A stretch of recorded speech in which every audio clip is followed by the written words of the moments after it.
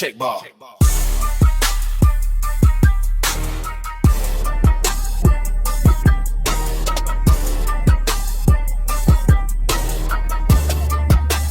Check ball. Check ball.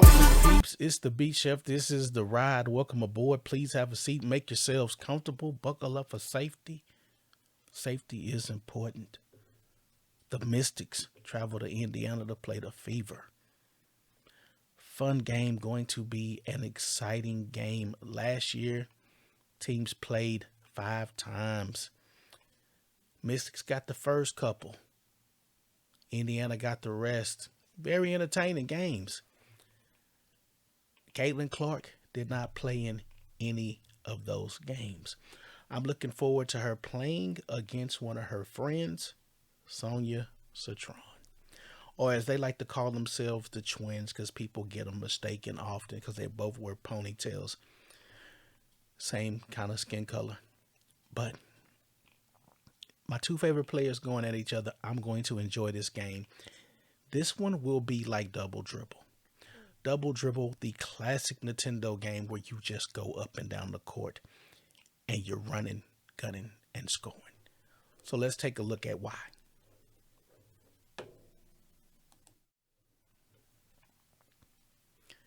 Fever, second best offense in the league. Mystics, not so much. Better shooting team, better free throw shooting team. Definitely a better 3-point shooting team, slightly. 29%, Fever in the middle of the pack. Mystics, abysmal. The worst 3-point shooting team. So if you see them shooting a 3 tonight and you're an Indiana Fever fan, you should be happy. That means they're not playing their game. Their game is the paint and getting to the basket. That's what you don't want to see if you're a Fever fan. Where the coin flips is on the defensive side, rebounding. Last game, it was a combination of Caitlin Clark and Kelsey Mitchell that won the day. They're going to have that third component of the trio to come to the forefront. Aaliyah Boston, please stand up. Please stand up. You're going to have to play today. You're going to have to play smart, and you're going to have to be effective, and you're going to have to score. Caitlin Clark's averaging 22. Kelsey Mitchell's averaging slightly above that. They're going to get their points. Mystics, up and down, they're going to give you the points. Aaliyah Boston's going to have to control this. She's going to have to help out on the rebounding numbers, and she's definitely going to have to help here. If she doesn't do that, the Fever will be leaving with an L. Now, player stats-wise, 2 biggest threats on the team, Kiki Irfin and Sonia Citrone, and Shakira Austin's playing better than she played last year. So, Austin is actually playing up to that $1 million contract. A lot of youngsters.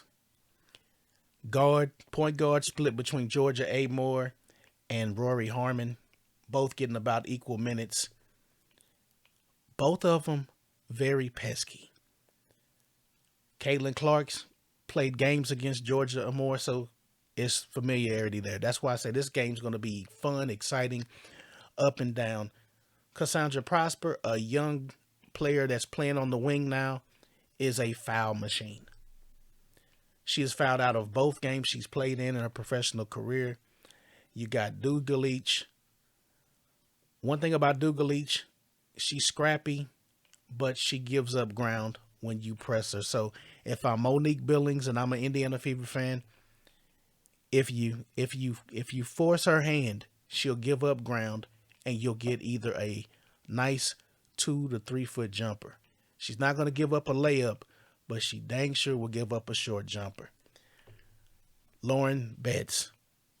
This is probably the game where Lauren Betts really needs to show herself, averaging 15 minutes a game.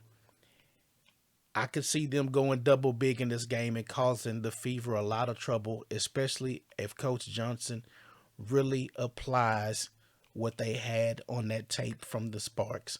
That's the scary part about this team. Lucy Olson's a solid contributor off the bench.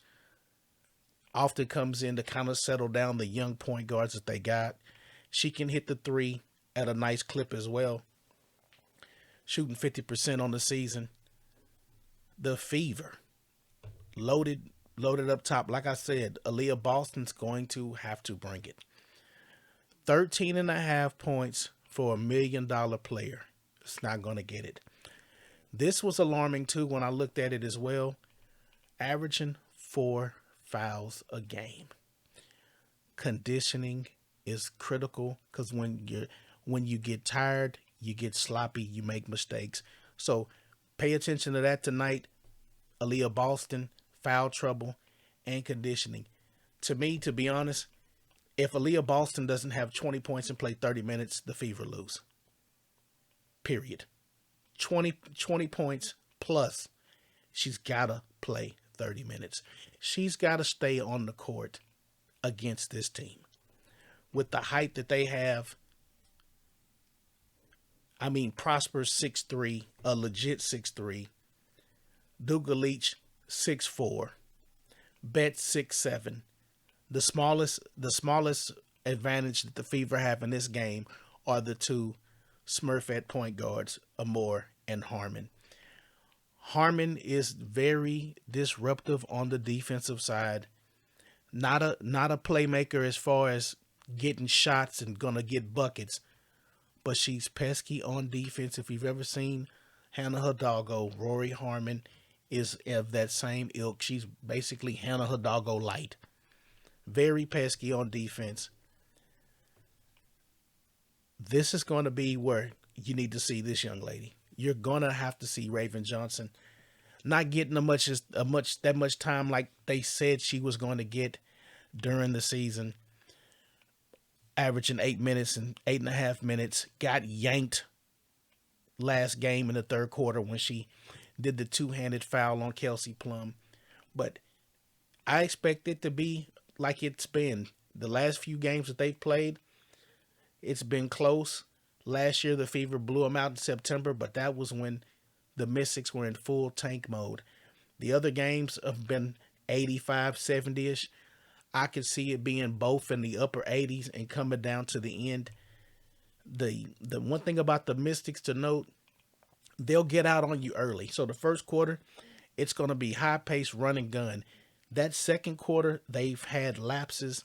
They've done it even as far as last season. They'll give up as much as they scored the first quarter. They did that against New York, and it cost them. One thing about the Mystics are a couple of plays from being 2-0 and a couple plays from being 0-2. So they're a Dr. Jekyll and Mr. Hyde team. When they're clicking, they're clicking. But they have yet to really put 4 solid quarters together. Even against the tempo, it was a struggle for them to get that win down the stretch.